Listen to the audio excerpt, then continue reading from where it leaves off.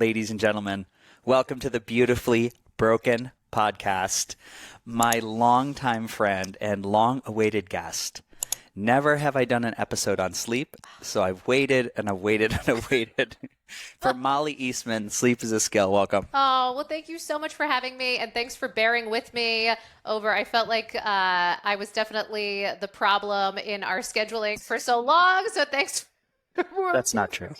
I had to, as we were chatting before we hit record, had to have my own kind of divine timing and go through my own sort of realizations in, even as it will relate to some of the things I'm sure we'll talk about today around nervous system management and managing as my business was growing and how to make time for all the things. And now I'm finally in this place where I'm getting excited about beginning to see the possibilities around really truly designing our lives and designing room for the things that are important, like something like this. So thank you for having me. Really appreciate it. Lots of ahas are going on right now.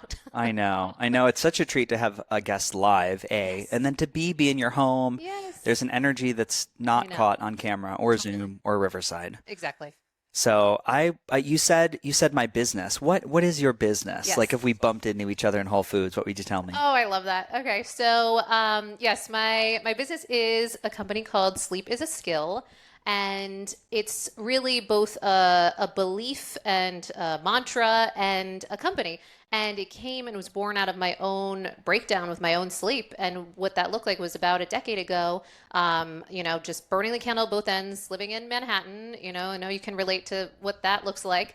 And as a serial entrepreneur, having lots of ups and downs and all arounds. Then in my infinite wisdom, thinking that it was a good idea to put all of our stuff in storage, my husband and I, and then get a one-way ticket to travel the world and bring our businesses on the road. And in that process, like the first night we landed in Madrid, and I had a panic attack that first night. And it was suddenly like, did I make a horrible mistake? It was one of these rock bottom moments in my life where just nothing was working. And so from that night I couldn't sleep, then multiple nights in a row. And I, in retrospect, did everything not to do. So I'll certainly share some of the things that if people are finding themselves in similar situations of, acute periods in their life with their sleep, there are certain things that can really help with more velocity to get back on track. But I didn't do those things. And instead, it became this period of time where it was so challenging and so scary, and really this time where it felt like, am I stuck like this? Am I losing my mind? I have a history with my family has a lot of mental health issues. So the fears for me were like, is this some sort of moment in my life where now I'm going to be dependent on different types of medications or what have you. And at some of my lowest points, then I went to the doctors, and I was actually in Croatia at the time because we were hopping around from place to place, lots of uncertainty, which sleep doesn't really love. And so went to Croatia and leave with sleeping pills. And, in that moment, just so much fear and judgment and of myself, and just questioning of what is this going to evolve into, and yet desperation, and still I'm going to take the thing to help me sleep. And during that period of time, I ended up taking multiple different benzos. So Croatia, they give me Valium of all things, like it was 1960. So Valium. Then in Budapest was a mix of Xanax and Ambien. And then there was another trazodone at one point. And then finally, just this whole journey was not working. So we literally took a flight back home to New York, tail between our legs, to figure out this sleep thing. And that was how much this sleep problem really played a role in my health, my life, my well-being. And that set me on this journey to really, not just from a philosophical inquiry, but from a place of like, I've got to get this figured out because this is like becoming a real problem. And the process of discovering what it does take to sleep and sleep well was so transformative in my life. And it was so triumphant to be able to start bringing this back and then to move into a conversation of optimization, which I didn't even think was possible for me in the past, because I had known myself as someone that just wasn't a great sleeper. I had a lot of labels. I would say I'm a short sleeper, I'm a bad sleeper, I'm a night owl, it's in my genes, I'll sleep when I'm dead. and all these ways of relating to my sleep that weren't the most empowered. So to not only then restore sleep and sleep naturally without relying on something, but then to move into a world of, well, what about optimizing and sleeping better than even I had thought was possible? This opened up a whole new realm for me. And from that place, then Sleep as a Skill was born, and just I couldn't stop talking about it. I was very obsessive and passionate on this conversation, and so small groups start emerging and start kind of hosting these programs and what have you. And now today, what has gotten created is this whole, not only company, but this ethos that sleep is a skill. And I say that even with my own components of now, I know so many of the things to do for sleep. And I know you've been in this conversation for ages too. And yet we can still be humbled for ourselves of times where, okay, even though I thought I had this all figured out, now here's a new challenge. Now I'm going to start throwing, jet lag and travel and business growth and stressors into the mix. And now we've got to build this new muscle around this area of nervous system management or what have you, what it might pertain to each individual. So that's why I think it's so important to label it as a skill. Like you're never done. Yes. It's this opportunity to keep growing. Yeah, beautiful. I mean, I'm raising my hand. Anybody watching this on video, how Yes. humbled. Yeah, same.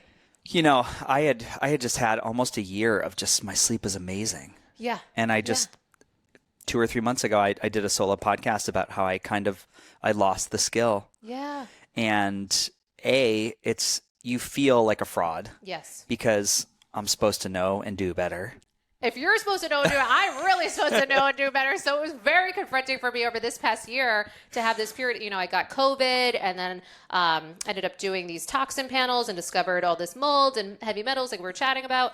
And then that was messing with some of my hormones and thyroid. There was a whole moment of like, well, I'm going to throw out the window all of my professing because now I'm going to need to go back, be humbled, and start anew.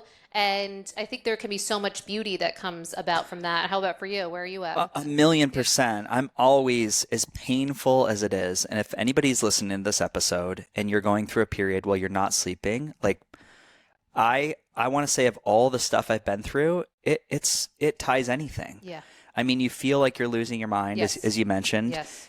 The joy is sucked out of life. Yeah. It's for me, I'm like, even when I'm with all my friends and they're over and we're in a sauna or I'm at an event speaking, it's like, I wonder if these people really know how I feel on the inside right now because I'm faking this. Yes. Like I'm really, I want to, it's beyond exhaustion when you get a couple of those nights in a row. So I just want to say, my heart is with you. Yeah. But you will get through this. And one thing that we said at the top was that it's nervous system. Yeah.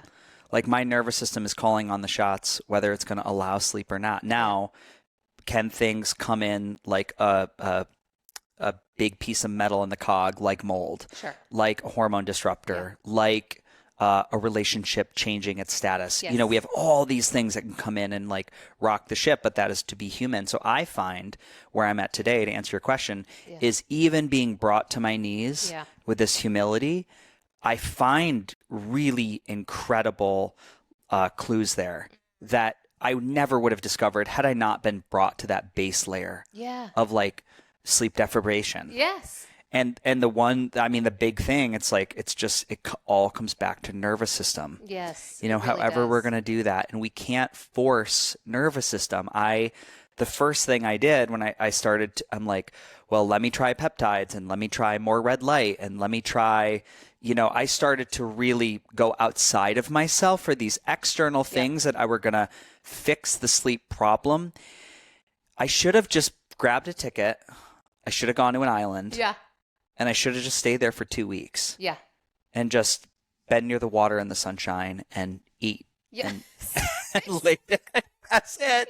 I should have done that. Instead, let me go to, my precision medicine clinic and get fancy formulated IVs and, do all these, I can't, if I were to tally up all the money I spent in the crisis situation, because like you, I also had COVID twice. Yes. I had it back to back. And, I think one thing that's interesting is, whatever, I'm not a virologist, but it's very unique. This is a very unique virus, and it's definitely the time and duration that it tends to stay in the brain, Yes. especially blood-brain barrier. A lot of the medications on the market now are not crossing that barrier. That's why I always tell people it's good to stack things with zinc, with an ionophore that's going to get into the cell wall, and you're going to have to do things to mitigate, especially a back-to-back infection. So, yeah, I've learned a lot today. That's where I'm at. Oh, that's so beautifully said. And I think so many people can relate to that. And even if you're someone listening that's like, well, my sleep is okay, I'm just interested in optimizing,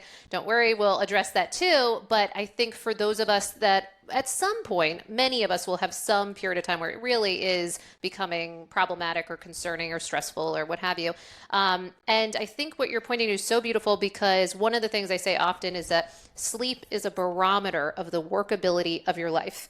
And what was clear for me in this past year was that how I was managing my life was no longer working, and sleep became this very loud symptom that really, to your point, does have you come to your knees, and suddenly, the things that you would brush off to the side are not going to work anymore. And it was a beautiful wake-up call. Sleep continues to be my teacher, and this was the second real time that this was such a huge teacher for me, because what I saw the first time was the need for bringing about these beautiful structures that we were always talking about, circadian health, leaning into nature, having a lifestyle that aligns with the rhythms of nature, and how so much kind of falls into place commonly with that.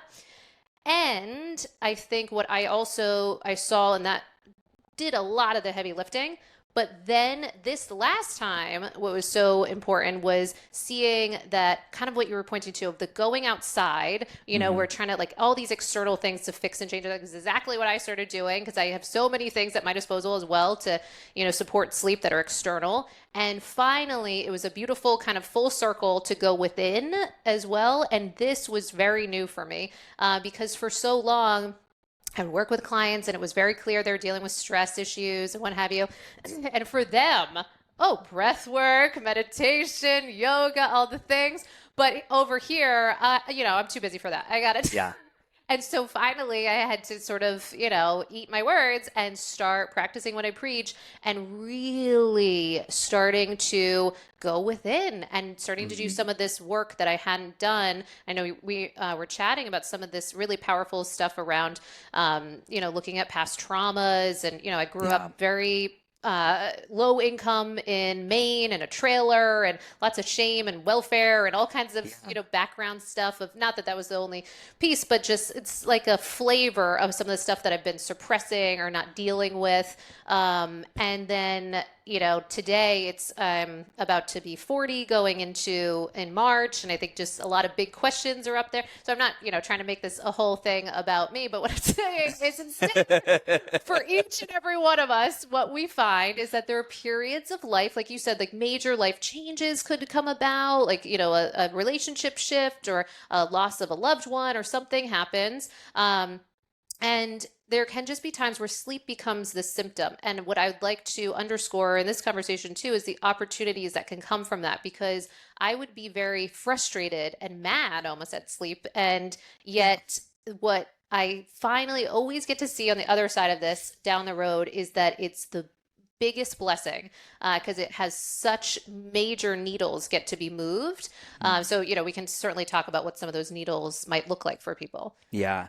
It's fascinating. And in this field that we're in, where we have so much information, and we have so many experts, how do we drill down and create, like, it's not the quick start guide, but there certainly should be something that people should go say, okay, I know I've got to have these 6 or 7 things taken care of. Yes. And that is my checklist. Do you have something like that in your lexicon? Yes. Okay. So, so you're coming to this conversation, and most likely you want some practical takeaways. So beginning at the top, what we do at Sleep is a Skill is we've really kind of created this framework around circadian rhythm entrainment, and circadian rhythm entrainment being the overarching umbrella. And so going through that from a series of kind of order of magnitude. So meaning the first one, which you alluded to, the beauty of just like, maybe I should have just gone to an island and, just had that help to regulate my nervous system. We know that there are physiological shifts that would come from taking that step. So part of that, what we call our first step, is our light dark timing. And we do that intentionally because that is the most impactful Zeitgeber time giver for circadian health.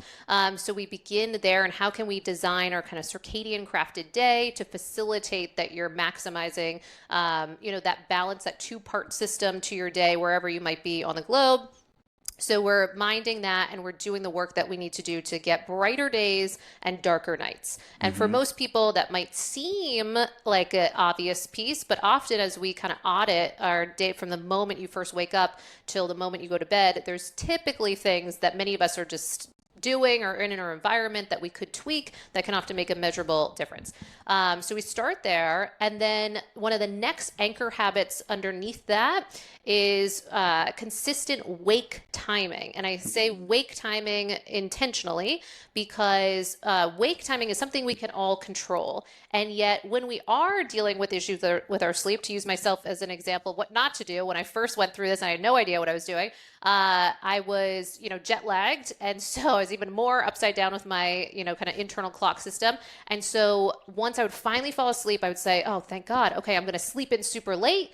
Just try to get as much sleep as possible. Maybe I'll take a nap at random times, like just whatever I can do to get sleep in my body. And not realizing how much that was then throwing off things for that subsequent night and just creating this vicious cycle. So instead, what so many of us can do, and this can be a little painful in the beginning, but if you just trust the process over time, and it will often take, especially depending on how much stress we're dealing with and what the elements are, if we just stick with this for a few weeks, some magic can start to happen. So say you pick 7 a.m. or whatever. So 7 a.m. for 7 days a week. What's beautiful is in the beginning, you may have some really rough nights where there's a couple, hours or whatever logged if you're really struggling. But then you still stick to getting up at around that 7 a.m. And we do have some variance, say plus or minus around 30 minutes or so. Maybe if there's other things going on, sickness, et cetera, we might swing it a little bit more. But for the most part, for most people, can we have it be about exactly around that 7 plus or minus 30 minutes? So what you're doing there is beautiful because then it starts to train your strong circadian pulse to be pulsing at around that same time. So then you can start to actually wake up with more velocity and kind of natural coffee in you, if you will. So once we get to that point, when we want to be able to have that kind of experience of feeling fully awake and what have you, that's handled. But then maybe more importantly, or just as important, is then that pulsing of that cortisol pulse in the morning is then tethered to when you're going to have your melatonin pulse in the evening. So if those poles keep moving all around with our inconsistent wake up times, then there's a lack of count onableness or count on ability for our ability to be able to get tired at the times that we want to get tired in the evening. And the magic comes when now we start to actually get sleepy at around the same time. And you just don't even have to think about this stuff of like the difficulties of sleep latency, which many people with acute insomnia periods, they're just like not falling asleep. Or if someone's listening and they say, well, the falling asleep's okay, it's the wake ups throughout the night, which is another very common one. We do also need that strong melatonin pulse to last and sustain us throughout the entire period of the night. But then also we need to manage our nervous system so that the morning cortisol isn't then waking us up earlier. And then there's many other reasons for wake up, so we can get into those. But going down that rung, so we've got light dark timing, we've got our wake up timing, then we have temperature timing, which is a fascinating one, how much temperature will play a role in our ability to fall asleep with more ease, stay asleep, and then get quality sleep throughout the course of the night. I know you and I are big fans of being able to cool our bedroom. Again, there was a sleep me situation in my bed, and it's not there anymore, and I really miss it. 100%. I really miss it. And I find it's so funny because this isn't my house, but something like the seasonal timer on the Nest temperature control system is like for some reason, it's firing the temp to 78 degrees at like 1 a.m. And I'm it's waking me up. And I come out and it's an auto. I just haven't figured out to reprogram it. So Yes. I have this it's like Project Wind Tunnel in my bedroom. So right now I have a bed jet. Yes, I saw that. Okay. I Yes. have a bed. I'm using the bed jet. It's not my favorite thing in the world, Yes. but it But was it's like better than nothing. it's better than nothing, and it got here like overnight through Amazon. Okay. Yeah. So yeah, I'm doing what I can, and I have actually like a spinal. It's like a roll-out spinal cooling system that I put in the freezer every night. I put it under a towel. Oh my gosh. And it Yes. it keeps me relatively cool, but Yeah. man, I really my scores were Yeah. I believe it. markedly better with a bed cooling system. Oh, totally. It's one of the fastest things, ways that I'll see impacts on people's stats. So for context, one of the things over the years that we've done with Sleep as a Skill is having a large database of Oura Ring users. So we've been able to see so many things that can impact and move the needle with sleep. And so rarely is it like, there are times when a supplement or something could show up, but most of the time it is things like what you were just talking about, the temperature piece, stress management, consistent sleep-wake timing, getting outside, having darkness in the evening, just the things that take a little something behaviorally or environmentally. And those often move the needle, but you're so right. The temperature piece is huge. And if anyone's listening to this and thinking, oh, please, do we really need to spend like thousands of dollars to sleep? Come on. What I would put in is that there's a thinking that this could be more reminiscent of how we likely slept in the past. Yeah. So if we think of, for our ancestors, it's likely that we slept on the ground and that would have been the coolest place in the environment. Yes. And so with that, it was almost like our own natural, sleep me or eat sleep or what have you, just that's happening in the environment naturally. And yet now we've gone away from that. We've divorced ourselves from that sort of structure. And now we've gone into these very foreign type of bedding systems where for many people, it's like foam bedding and just these things that trap and insulate heat. Yes. So much. I mean, if we think, 98.6 degrees or whatever we might be at, and then we put giant duvets on top under foam mattresses, we're just cooking in there all night long. And so it makes a lot of sense that then we would be, having more frequent wake ups, and even can change the architecture of our sleep too, because we know that temperature is coupled to the types of and quality of sleep that you get. Yeah, it's so profound. Yeah. It's so profound. So that was a big one for me. Is there anything else on the tier? Okay. So now we've got our light dark timing. We've got our wake timing. We've got our temperature timing. Then we've got meal timing. And so I'll just scan through all of them real quick. So we've got meal timing. We've got exercise timing. We've also got thought timing. And that one I'm going to be putting a lot more content out around. One, because I went through my own period this year of needing to, really start diving into even more modalities there.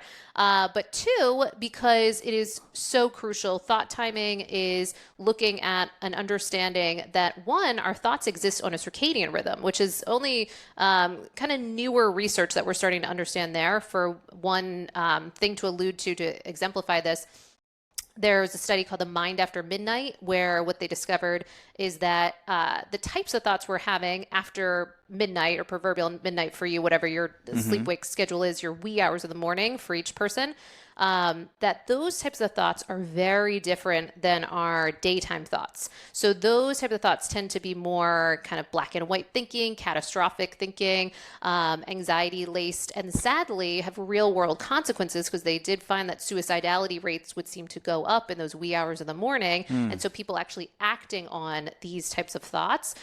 So really a very real impact if we aren't aware of some of the natural changes that might happen with our thoughts.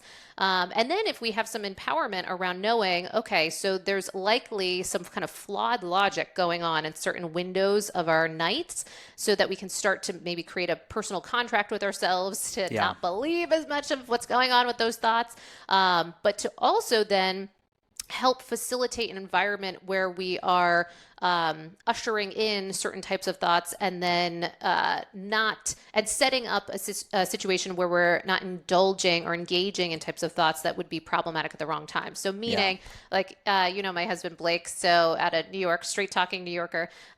So he'll give me a taste of my own medicine all the time at, say it's whatever, 10 o'clock at night. And then I start wanting to talk about, I don't know, something that's been stressing me out or whatever. And so he'd be like, is that great thought timing? Come on. Like, so really having to rein ourselves in. And it can even be eustress. So it could be exciting things. So, oh my God, yay, let's talk about the trip we're going to take and blah, blah, blah.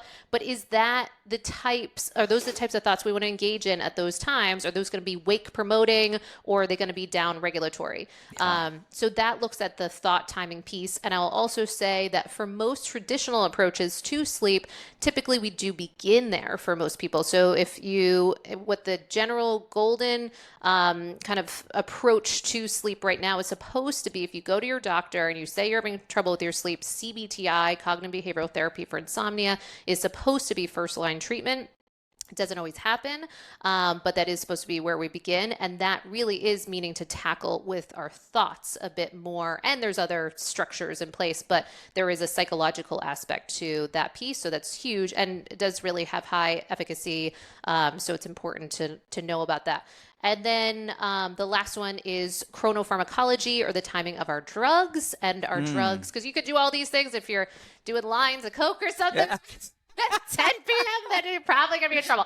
So we want to be aware of what types of drugs we're doing. And then for the most common ones being like, caffeine, alcohol, THC. Yeah. But then even our supplements, and there might be certain things that well-intentioned that we might be taking at the wrong times that could be, impacting us in a way we might not be so desirable.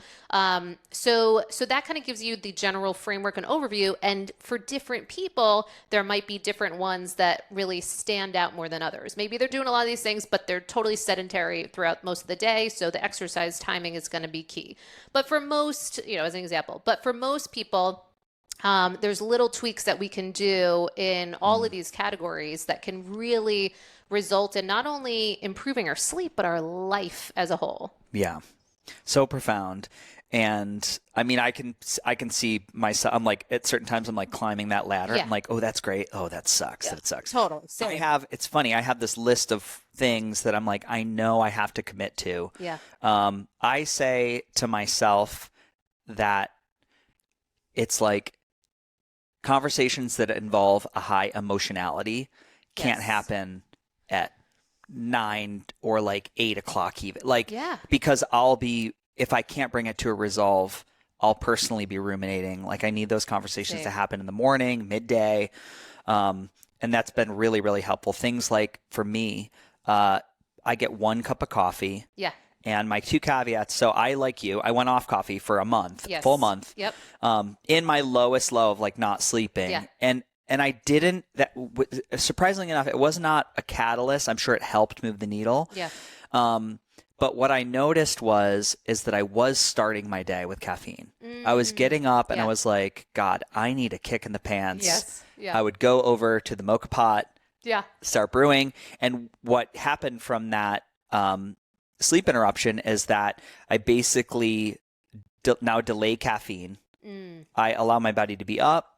I get outside. I take a shower. I have an outdoor shower. Amazing. So I shower outside. Love it. So that's my 10 minutes of morning sunlight, right when I wake up. And I try to go to the gym. I try to go right and get my workout. So it's like I earn, right? If there's a catalyst, there's muscle, there's fascia gliding, there's piezoelectricity happening, all the things, breath work. And then I get 1 cup of coffee. Yeah. And I cannot deviate that. I can't do a cup of coffee afternoon. Yeah. I'm a very slow metabolizer. I've looked at my genetics to look at this. And then the other thing that's really interesting, chocolate. Like, even a little bit. I make these great paleo muffins, which I have up on the counter. Yes. All organic, but I'll do organic chocolate chip chunks. And if I have a muffin or two, I've noticed that like I get this second rising, and it's not dissimilar from a cup of caffeine for me. Sure. It's really, it's a strong pull, and it's not enough that I would have been like, oh, I'm eating too much chocolate. It's like 7 chocolate chips, but sensitive soul. And I think that's what's so beautiful too, is as we start to kind of go through these frameworks, we can begin to notice and identify what are some of these triggers for us and patterns that start to come up routinely. And then we tweak, and hopefully going into it with the mindset of kind of experimentation, progress, not perfection. And I know that's easier said than done, because when we are in those acute periods, we just want it fixed. Like, we want it fixed. We want it fixed. We want it yesterday fixed. And yet just, I think there's a couple important things too, if anyone is in that state, is knowing that we can sleep. We absolutely can sleep. And sometimes we can start to think, well, maybe I did something and I messed up. Some switch was flipped and now, right? And it can be very concerning. And just knowing that we can sleep, knowing that, however, sleep is this process that often can take some time and it can require some gentle shifting. And yet over time, it can be one of the best things that ever happens to us these periods of time, because there's going to be such growth that often comes about from this. And so I think just holding on to that is important. Now, the last thing, it would be really a problem for me if I didn't mention that there are over 100 sleep-wake disorders that are also present that so many people have no idea that they're dealing with, and that they could have recently developed and they might not have had them before. So an example, a very common example, is sleep apnea. So, and also important for men, especially too, because we're finding that for men, in changes, even small changes in weight, but also adding in of testosterone can be another thing that can start to flare up sleep apnea for some. I'm not saying always, but I'm saying we're seeing tendencies for some people where sleep apnea might start to arise. The severity might go up if we then add in testosterone too. So there's some questions on the why. But that seems to be common. Now, another thing that seems to happen is for women, while we are less likely to have sleep apnea when we're a bit younger than men, we still can certainly have it, and still so many people undiagnosed. But once we get often around over the age of 40 as part of the thinking, as our hormones start to shift, then we become closer and closer, and eventually 1-to-1 with our likelihood as compared to men of developing sleep apnea. So even if someone's listening, it's like, oh yeah, back in, whatever, 10 years ago, whatever, I tested and I didn't have sleep apnea. You could have it now, even though you didn't have it before. And it doesn't always look like the avatar archetype that we might think of. My husband has sleep apnea and he's not like wildly overweight or something. We would have, I'm telling you, never really have known, except for the fact that I get sent all these tests and he's my guinea pig, and discover this sleep apnea. So, he's an example because I have permission to share. But as far as so many clients that they were adamant, I don't need to test for this. I do not have this. They're like, I'm active. I run. I'm not overweight. I'm this, that, and the other. We test. They have it. So I just want to put that out there because it's a huge one. And then even if it's not sleep apnea, upper airway resistance syndrome is another one. So if you're someone especially that deals with a lot of wake ups, then that's one of the first places that we always want to make sure we're not kind of stepping over. And if you're tracking, if you see a lot, say if like aura, like those little white ticks throughout the course of the night, or whoop, if you have lots of those wake ups or any tracker, then that would certainly be a place that I'd want people to begin. You can test at home now for typically under about $200. Amazing. It's totally amazing. Also, I am kind of Nostradamus style saying that I proclaim that we're going to see a lot of new instances of people realizing they have sleep apnea, partly because Apple just came out with a new sleep apnea detection component on their watch. And it seems to be, pretty exciting. And then there's other tech that's going to be doing the same thing. So Withings has a little pad that you can sleep under, and that can help detect sleep apnea. There's other tech that you can be sleeping on that's coming out that, stay tuned, that will also be able to detect sleep apnea. So I think we're going to have lots of different angles now at more people that would have never even thought to test to getting this realization realized. And then there's also tests that you can do at home that are even closer to in lab than we ever had before. So those are really exciting, a little bit more expensive. And those can also test for things beyond just respiratory-based sleep disorders. So those we can get things like periodic limb movement disorder, restless leg, etc. Because there's so many other sleep disorders that people just might have no clue about. That's wild. What's the home at sleep apnea test look like? Oh, okay. So how do they do that? I know. So there's a couple different ones. So probably one of my favorites is the sleep image ring, and that one's just a little ring, and you put it on, and it's easy breezy, and you just go to sleep. And then you can get multiple nights, which I love because sometimes people, especially if they're dealing with sleep issues, they might have some like performance anxiety and the sense that, oh God, I'm spending this money. I only have one night. I don't want to be like embarrassed with the doctors and stuff to show like 2 hours of sleep or something. Yeah. So people will get nervous of that one shot. And whereas some of these, like the ring, you can just give no fears because you have Great. lots of nights. And then with that, you just have nothing else to do. Now there's other ones like the Watch Pat. That's a really popular one. Now that one will have a bit more of a watch. And then kind of there's some stickies that you use, but overall pretty easy. The more elaborate one that I was sharing about that's newer, that one, if we test with the more affordable one and then we still have some questions based on what we saw there, and you don't want to go in lab, then you could take the next step to get the more elaborate test. And that one does have a bit more things. Like you got to shave a little spot, Got and it. a couple things. But it's doing that because it's giving us way more data about like, are your legs moving at certain times? Are your limbs moving? It's giving us tons of information, and those are all at home. And then, of course, many people realize that they could go in lab and sleep overnight. And just so people know, too, they are getting better at having them be less sort of awkward. Many of them are actually in hotels. Oh, wow. So you can it's like a night at a hotel. Have you done an in lab? I haven't done it in lab, but I am gunning to do one to get some good content and go through the whole thing. So That'd be I've so been fun. in them, but I haven't done it. Exactly. So interesting. And what information did it give your husband? Blake? Okay, so what he got back was that he had REM dominant sleep apnea. And so his was mild, but still it could, so it's important for people to know too, that your sleep apnea severity exists on a spectrum and it's dynamic. So, what we discover is that there would be different times where it really flare up. And what are some of the ways you can flare up apnea? You can eat later. You can have types of foods that can be, inflammatory and kind of add to congestion, block airway. You can gain some weight. You can have some alcohol. You can sleep really flat instead of using gravity to your advantage. Because a lot of this, if you think about it, it's trying to ensure that we're not blocking our airway with our tongue going back. But there are other things for different people. So if someone has block in their nose, so I just got 2 surgeries. I don't know if I shared this with you. No. So, okay, this...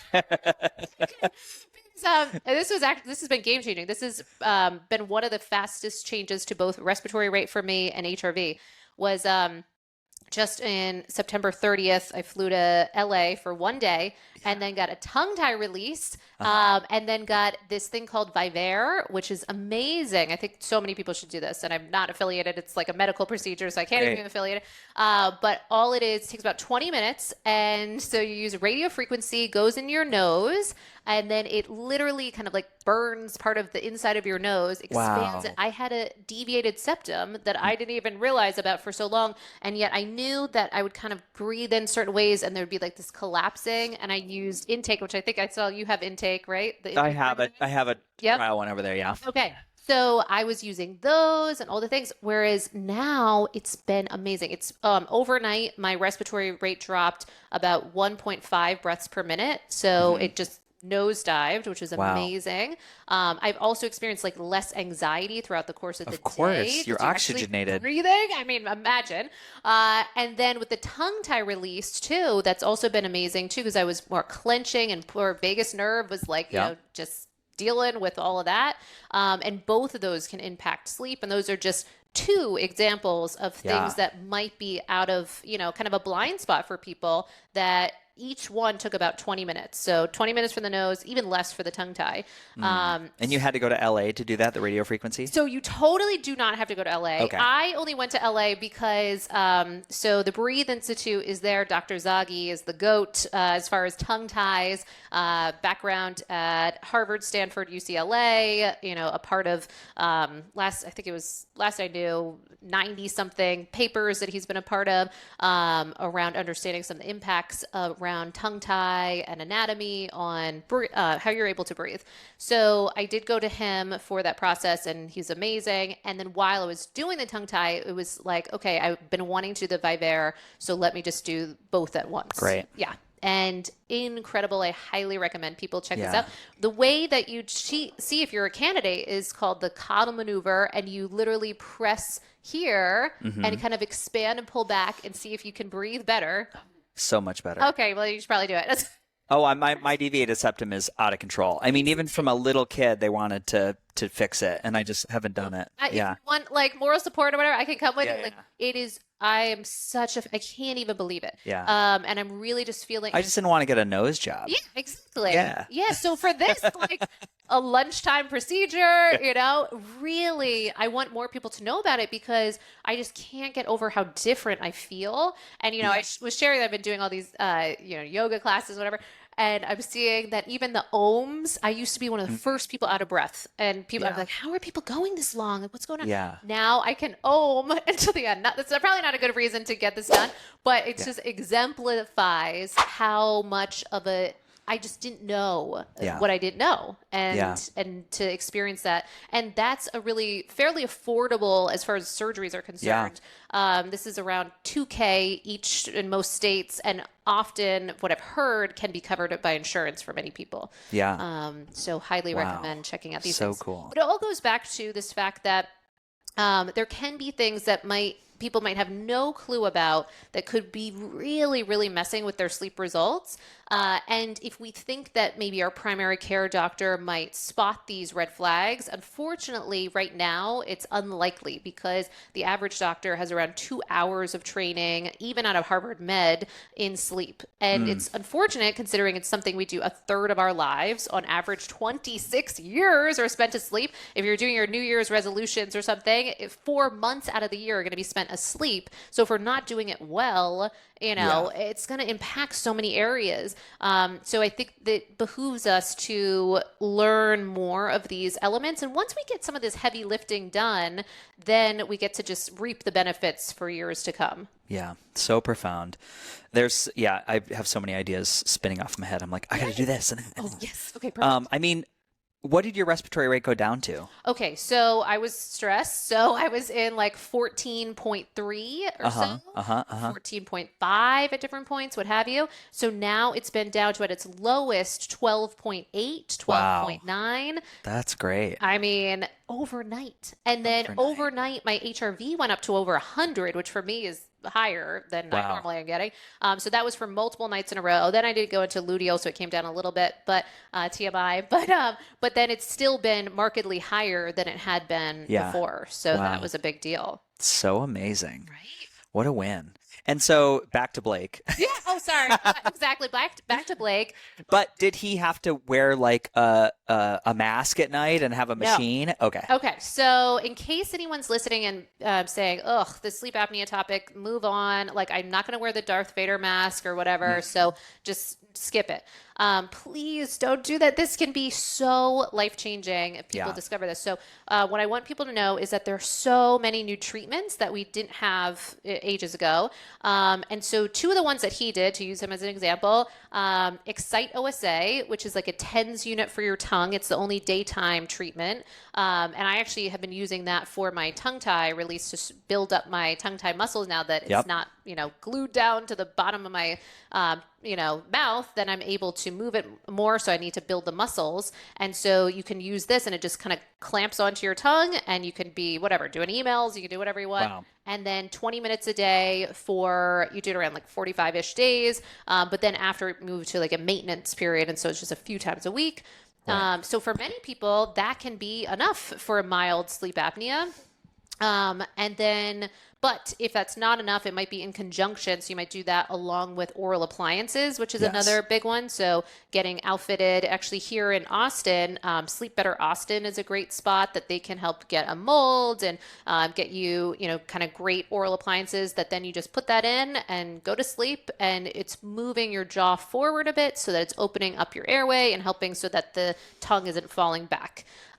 So that's that. Then there's others, though, depending on what's going on with your anatomy anatomy. So if it's more of a palate issue, like if there's not enough space for your tongue. So, and we're seeing so much more of this. This is a bigger conversation of like the why. Is it because we're not getting outside and getting enough vitamin D? Right. What's happening with our structure of our face and mouth breathing? It's a whole bigger topic, but the fallout is many of us don't have these more expansive palates that we used to have seemingly in the past. So now there are procedures that we can do. Vivos is one, Marpy. There's different things that we can do to expand that palate and help really shift the size of our airway. So, I mean, I was just talking to someone the other day that was able to double in size their airway, and just the difference that they feel is like just night and day. Yeah. So those things can all help kind of get to the root of it more. But for some people, it might be that paired with the nose. So if we've got the deviated septum maybe going on or other things, then it's kind of at all angles and we're struggling. And so then we're having this more of a stress response than we might want to be having, and then we're dealing with then sleep deprivation or poor quality sleep. So it's kind of this vicious cycle that keeps going. Yeah. So those are going to be some things that could be available, but there's more. There's Inspire Sleep, which is almost like a pacemaker for sleep apnea. There's lasers. There's you can do different types of the mask if people do want to explore the mask, which is the gold standard, I will say, especially if you have more moderate or severe sleep apnea.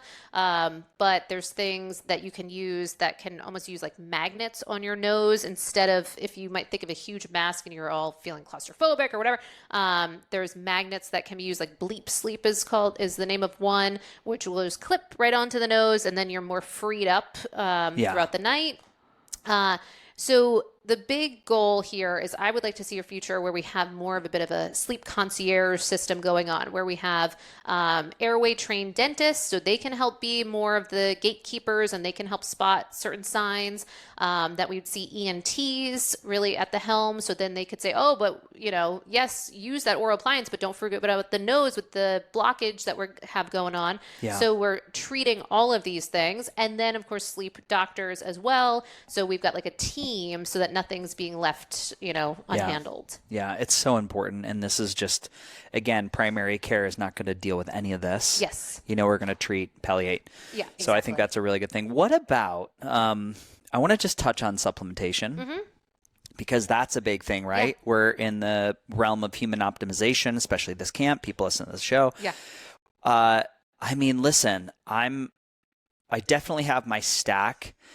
For me, and I'd love you to just give some quick fire on this. I typically can do like a little bit of THC from like a pen, and it'll help me wind down when I feel like I'm not able to get in a state where I'll sleep. I do notice HRV is not as good. Yeah. And I do notice that cognitively in the morning, it takes me a while to like feel like I'm on all 10 cylinders. Yes. Well said. So here's what we see with THC.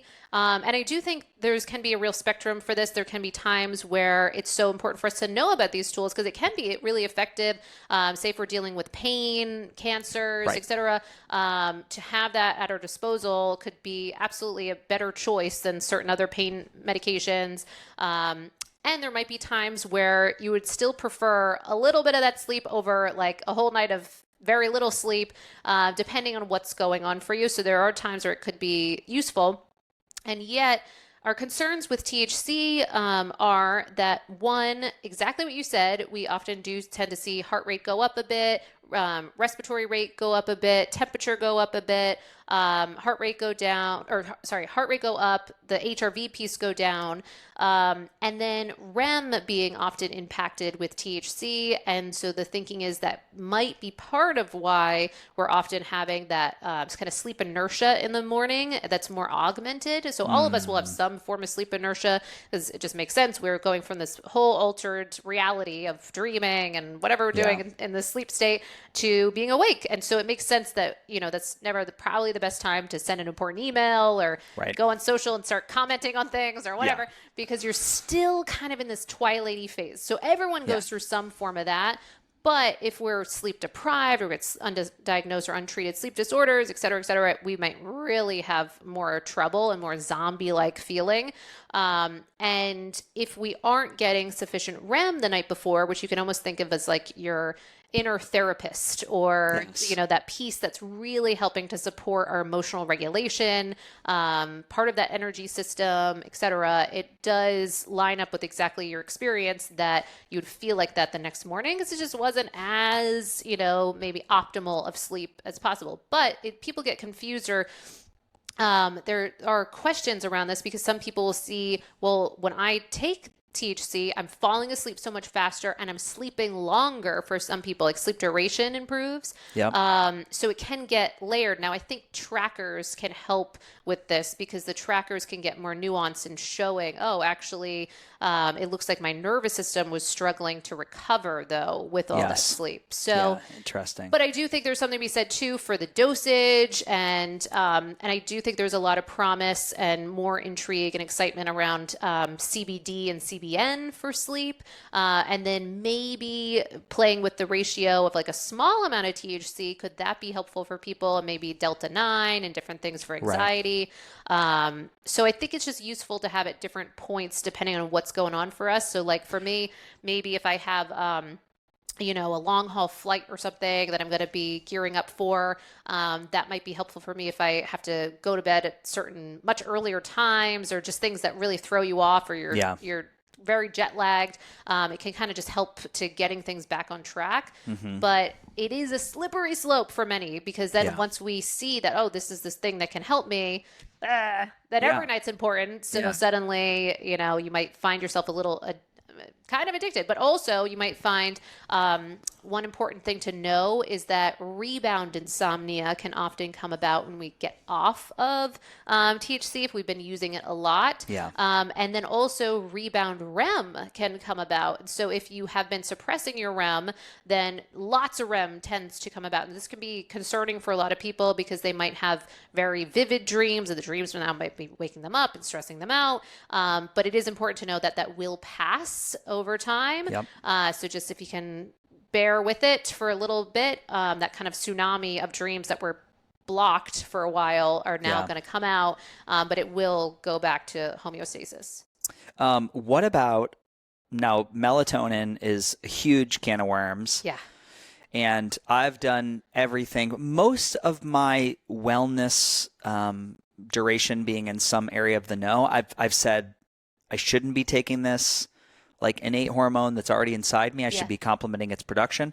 But I've tried the high dose melatonin suppositories sometimes when I'm traveling. Really interesting. I'd love your take on that.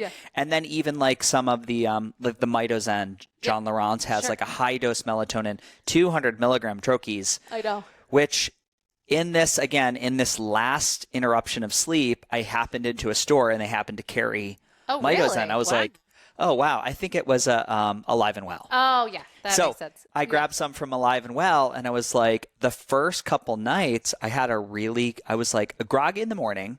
But I was like, wow, I really had, my respiratory rate went way down. Heart rate variability went up. I had some good results from it.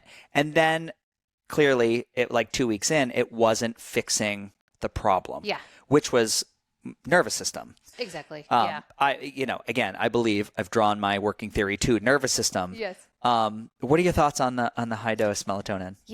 So I will say that I am still I'm remaining open on this topic of melatonin, because I do think there's a lot of caveats, a lot of times where it can be useful, other times where, maybe is it more of the Band-Aid, or is this really the root cause for each individual? Is that going to give us the biggest bang for our buck, or are there other things we could be doing? So what I mean is that for most people, what I'm seeing is that if we address sort of that top-down list that we're sharing, the light-dark piece, and really understanding what that would look like I know you're way well-versed in this, but the average person, as I go through their day, often we're finding they're barely getting themselves outside, they're wearing the sunglasses, they've got the bright lights in every room, and the whole, some of these things that once we start managing some of that, they're able to create more subcellular melatonin. Many people don't realize that your ability to make subcellular melatonin is dependent on how much you are getting outside during the day.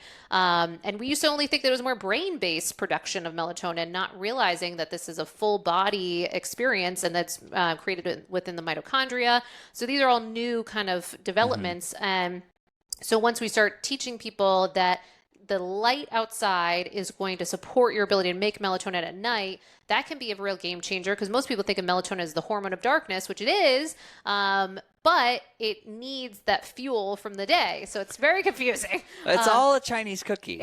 You need the yin and the yang. You need the black and the white. Always. Totally. Always. 100%. And I love that you said that, because I always say it's a bit of a Chinese finger trap with sleep, in that we're, the more we try to force it, like if anyone's trying to force sleep to come, like, please, you're way stuck. So it's just like the letting go, and that's another topic. But so the evening, then having sufficient darkness at night, most people are not really experiencing what that looks like. And not realizing the numbers that we're talking about, how much this can impact melatonin production. So there are certain studies. There's one study that found that 30 minutes in ordinary room lighting depleted melatonin production by nearly 90%. Oh my goodness. I mean, so, these are just some examples of how much are just generalized and often familiar and comforting, kind of behaviors. I don't know about you, but like for so long, it was a nice thing. Like, I'd go to my Nana's and there'd be nice lights all over the place. And you're just like, oh, that's what you do in the evenings. It turns out that that's really messing with our sleep results. So it does take a lot of shifting. And so for most people, even just that piece alone, we can often start to really bolster how much melatonin is being produced. But then if we go down the line to these other pieces, the consistent wake timing, that's going to affect the when and the strength of the melatonin that you produce. So it's not pulsing at the wrong times. But then the temperature piece is a big one too. We know that it does appear to be supportive of the cold therapy, heat therapies, but then also having proper, kind of warmer body by day, cooler by night can help facilitate the production of melatonin at the right times. But then the meal timing one is a huge one that we see for impacting our ability to make melatonin. So we know that we had Dr. Sachin Panda on the podcast last year, which was one of our most listened to podcasts. And he wrote the Circadian code. And one of the things that he pointed to was that in their finding, when the pancreas is turned on by just eating anything, it could be healthy, could be not healthy, but at later times into the evening, then that appears to be impacting the body's ability to produce melatonin. So how many of us, most of us, we know that there's a wide range of the population that's eating most of their waking hours. So it's not allowing the body to produce sufficient melatonin because the pancreas keeps being turned on. And now the body is like, well, I guess we got to be awake to use this energy for something. And so that's going to impact that supply as well. Not to mention exercise timing. If we're not moving our body enough, we're not having sufficient muscle mass and more. So then that's going to impact our ability to have these proper systems and hormones in place.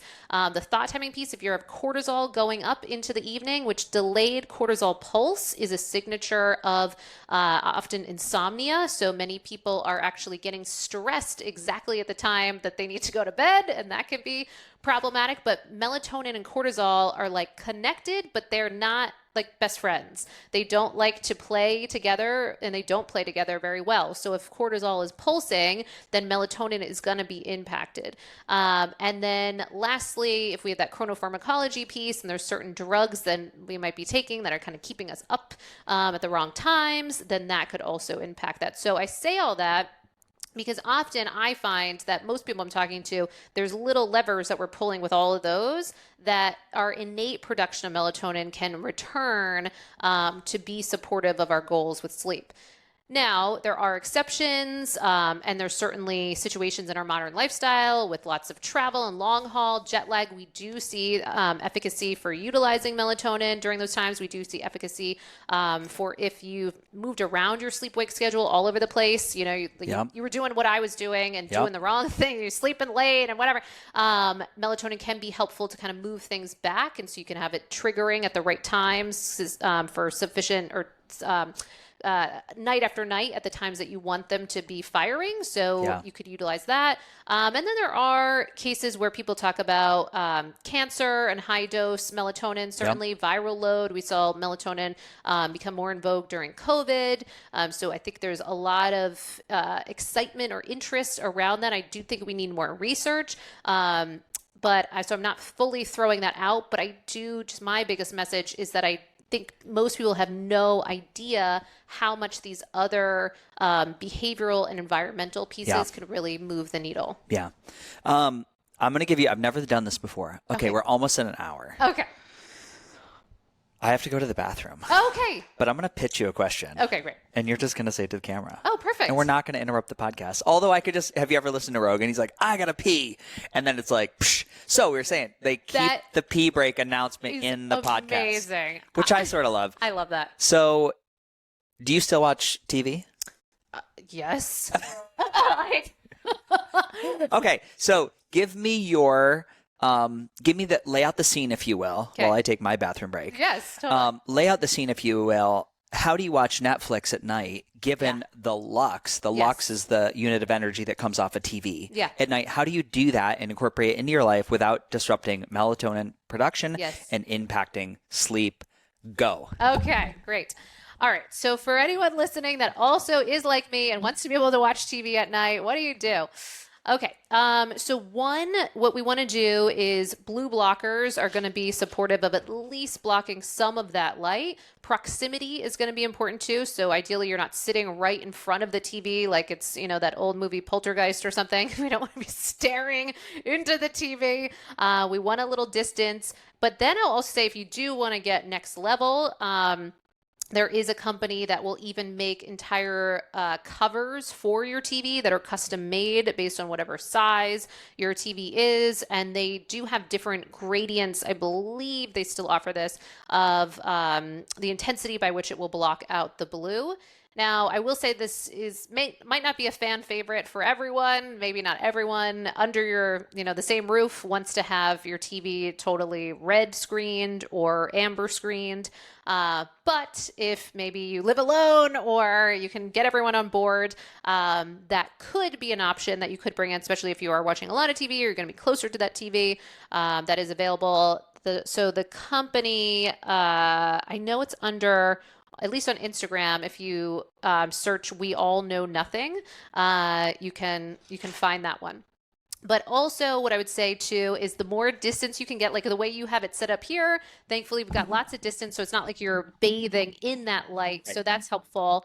And then I would say also the amber or red lens blue blockers are going to be helpful. I don't know if you heard the part with the cover. I listened to it. Beautiful. So good. I love that. And so all those can be helpful. Now, I think that this is where the thought timing piece can come in, because one of the things Blake and I will do is if we watch something that's more like, I don't know, like thought-provoking, intense, thrillery, whatever, then we always say we wash it off with like an Office episode or Seinfeld or just something very like familiar. So yeah.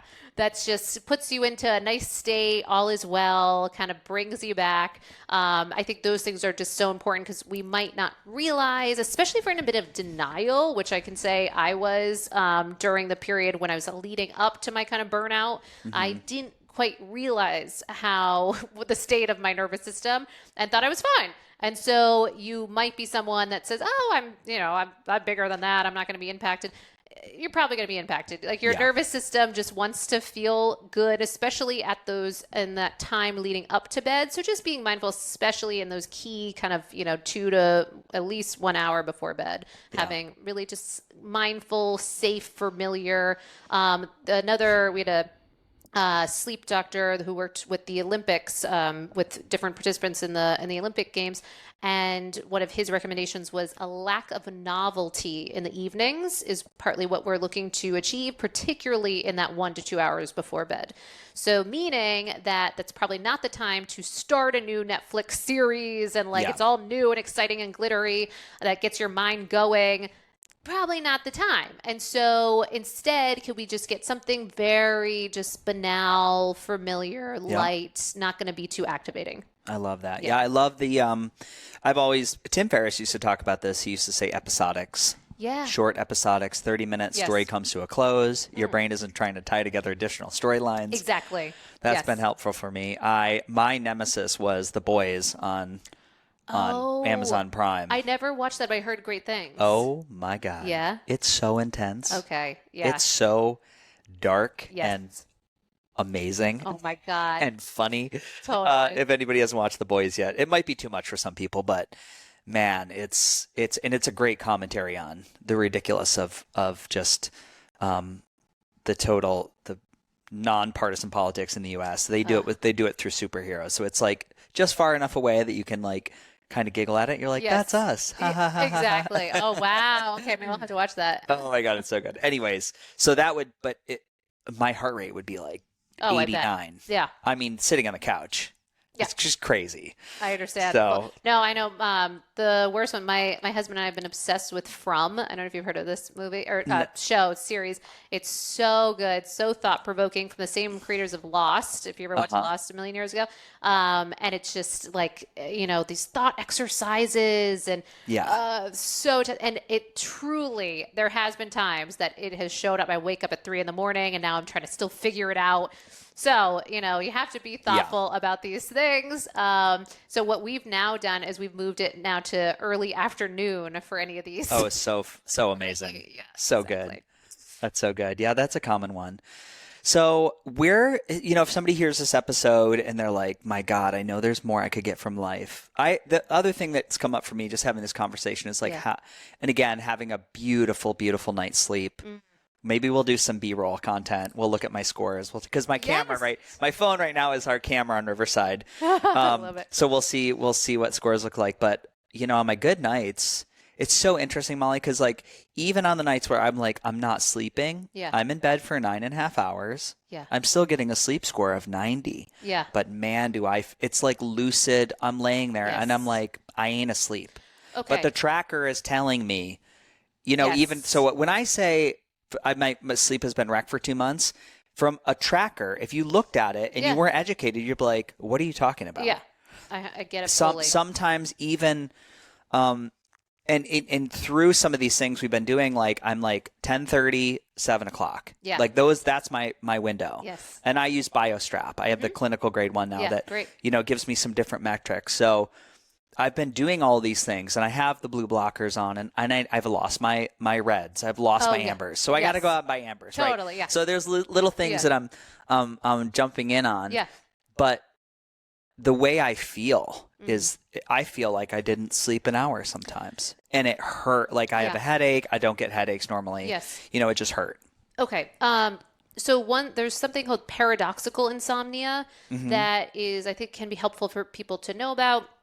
So paradoxical insomnia can be the experience by which you go to bed at your 10:30 to 7 or whatever, but you feel like you barely slept at all. And yet, if you are in lab, at a sleep lab, they would be like, "Oh no, you slept. Like here's all the time." Yeah, right. And the same experience might show up on our trackers, and the trackers do tend to be fairly decent at knowing when you're asleep or when you're awake. They are less decent at knowing, your sleep stage classifications, or certainly real spotty area.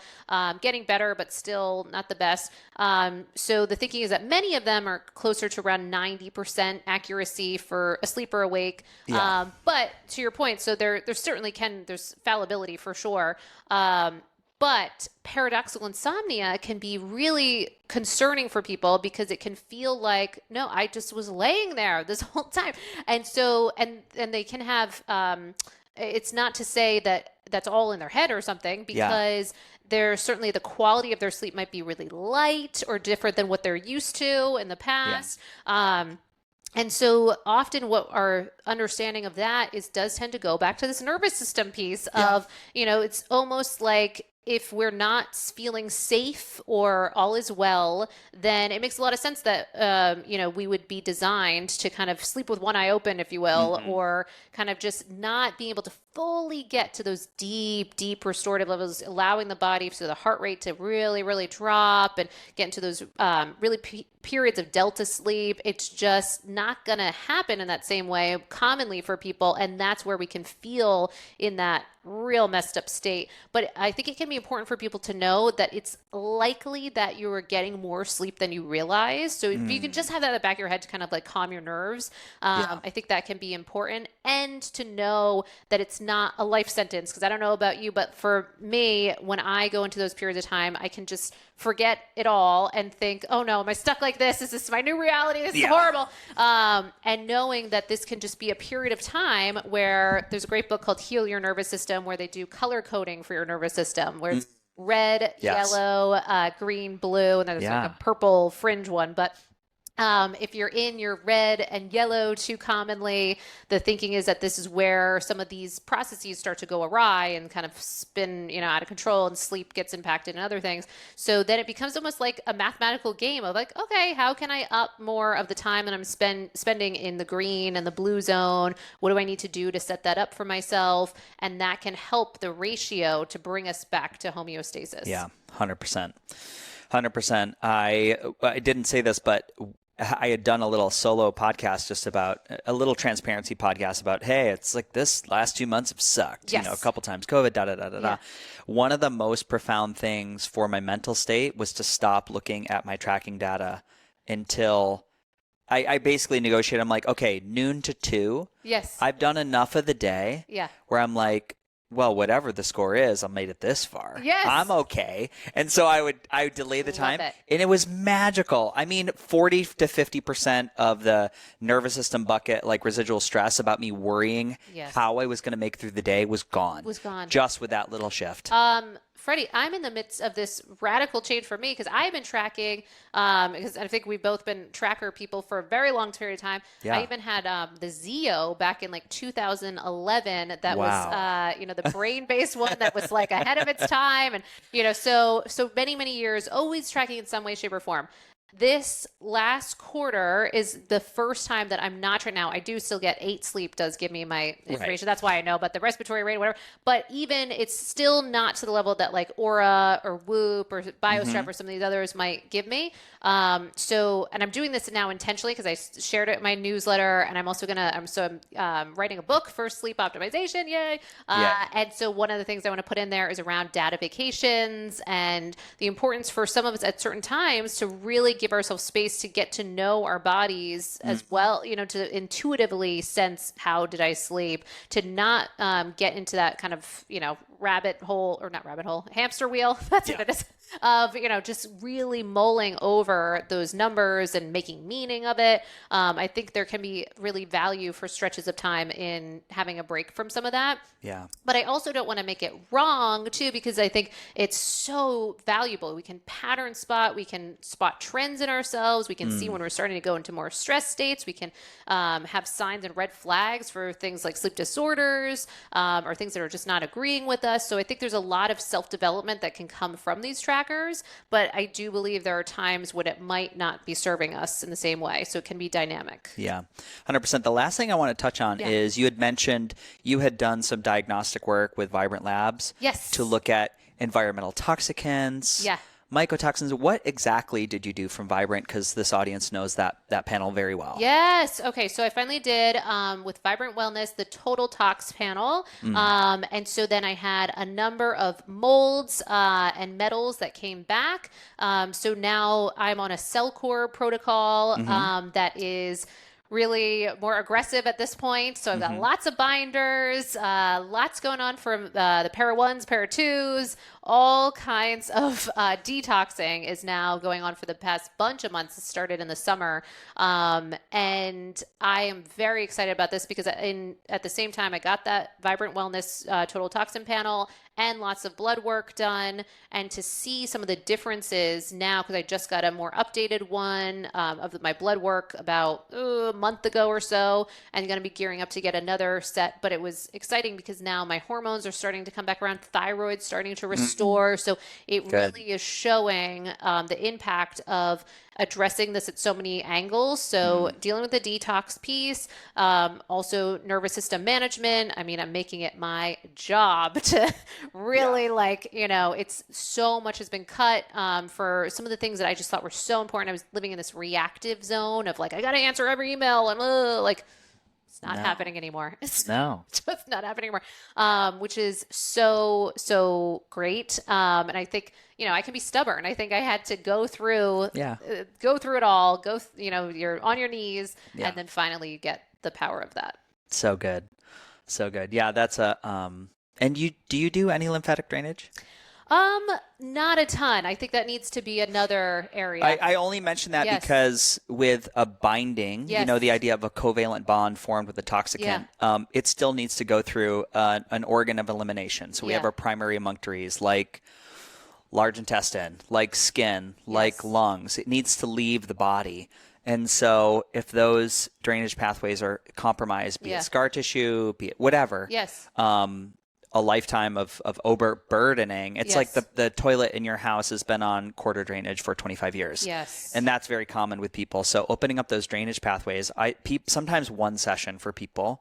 And whether it's Flowpresso or it's like a manual drainage therapy or some other lymphatic drainage tool, it's incredible. Okay. I mean, some of the case studies that we've been looking at, we had a woman lose 9 pounds of fluid inflammation in 2 weeks. Really? 1 40-minute session a week. Oh my gosh. 9 pounds of fluid inflammation. So if you think about where does the body park those environmental toxicants? Yeah. It's going to pull it out of blood supply. It's going to put it in fatty tissue. Right. It's going to put it in the brain. Yes. We're going to get all these different areas. So that's another thing. I was listening to Joe Rogan quibble with someone today about all the stuff that's going on in the body. And I love experts, but when we get an expert, they're they got their lens on the one little thing. Oh, totally. And to have a picture of a holistic view, Yes. or I would look to biological medicine. Yeah. There's multiple regulatory systems in the body that are facilitating health. We can't just do one. So maybe we can get some B-roll content around that. Oh, I'd love that. Cool. Please. And Beautifully Broken podcast. First of all, we have to do a part 2 at some point because there's so many things we could just niche down on. I think the sleep apnea piece, I think identifying ways to work with and maneuver around a deviated septum. Yeah. And I also think sleep environment. Yeah. Like the sleep cave. Totally. Just the sleep cave. Yeah. Because, I know people are going to listen to this and they're like, holy shit, I got 25 steps. And I always say, the new thing is just take this conversation as a jumping off point. Yeah. So before we close, where can people find you, the platform? They want to do the deep dive. Where do they go? Yeah, it's great. So sleepisaskill.com can act as a kind of bucket for all kinds of things. So one, you can take a sleep assessment. So answer a few questions around what's going on with your sleep right now. It will auto trigger back some things that can support you right away. Then we have our weekly newsletter that's been going out every Monday for over 6 years now. And it's been great because it's acted as a great place to answer questions. And I always get back to everyone eventually. Sometimes it takes me a minute, but I'm not too reactive anymore. But but eventually I'll get back to you. And so the newsletter, love to have people there. We have a weekly podcast as well with lots of different sleep experts. And I'd love to have you on to share your amazingness. Love it. So we'll have to get that going. And then beyond that, so if people are looking for more information or just want to go in deeper, we have cohorts. And those have been really wonderful. So those cohorts, everyone wears an Oura ring to participate. We did a period where we had Whoop.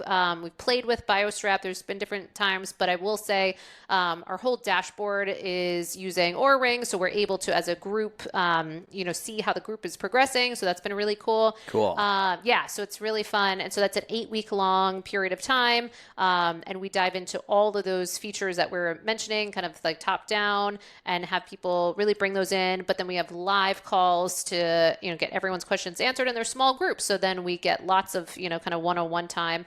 So that's really, really a great option for people.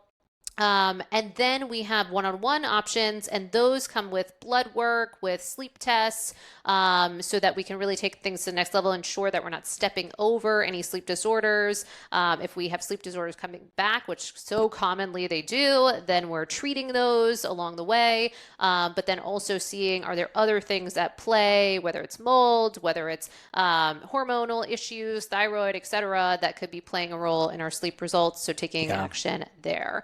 But ultimately, at the bottom of it all, I just have to say that my mission on the planet is to help support as many people as possible with their sleep. I'm even more impassioned on this topic after, having kind of a second go around, which was very humbling this last year. And, I think it was so beautiful to have it go that way, because it just reminded me of how, if your sleep isn't working, it's just like, life is not working. It's often the experience. But on the other side of that, it can be a whole new chapter, a whole new beautiful experience. Yeah. Yeah. So your closing question, Beautifully Broken podcast. What does it mean to you to be beautifully broken? Yes. The first thing that comes to mind is both my husband and I love Japanese culture, and we've gone to Japan many, many times, and you've probably, well, not many, many times, but a few different times and want to go back more. And I love you've probably seen how they have this kind of ethos around, say, like a broken bowl, right? And instead of trying to hide all the broken lines and what have you, they'll put gold foil to really exemplify it. It actually makes it more beautiful, the broken edges and lines and what have you. And I think that is something that's newer for me to step into, because I think for so much of my life, I used to think that I had to get it right and be perfect and la la la. And the pressure and the intensity of all that was just killing me. And now I'm starting to step into what could life look like to air and show those broken lines, if you will, or what have you, and cracks and stuff. And that actually can be a bonding experience for all of us, can, humanize us. So I guess just owning those broken edges, if you will. Beautiful. Kintsugi. Yes. Well said. Beautiful. Kintsugi. Yes. And then if you can just wave a magic wand, you can tune into everybody's cell phone gets tuned in to Channel Mollie. If you look at the temperament of the world right now and where we're at, what would you say to people if you could talk to everybody just for a minute? I would say, I think some form of that, your biology influences your psychology. And I think why I think that's so important is realizing that and the dual and bidirectional nature that's there. I think that can be so powerful. So why that's so important to me is I grew up and I shared, I have family members, I have a lot of mental health issues. And so I would see a lot of limitations of thinking, well, it's just how I am, and kind of fixed a mindset, versus the opportunity that comes about for people that, okay, maybe right now I'm dealing with depression, maybe right now I'm dealing with anxiety, maybe right now I'm dealing with whatever, right? That as we start to move our body, as we start to change how we're eating, as we, do the lymphatic drainage, as we add in the sleep, all of these components, how that can absolutely change our experience of the world around us. And ultimately, is there anything else? Is that how we're experiencing the world around us? So I think that's so important to have that kind of growth mindset. And even if we're not feeling great now, to trust and have faith that this too shall pass. But that, trying new things, new angles, listening to podcasts like this, just getting ourselves to see the world continually newly. Yeah, beautiful. Well, it's been a treat. Amazing. I'm so grateful. Yeah, me too. Me too. We did it live. Yay. And we'll do it again. And thank you for being a guest. Oh, thank you so much. And excited to have you as well.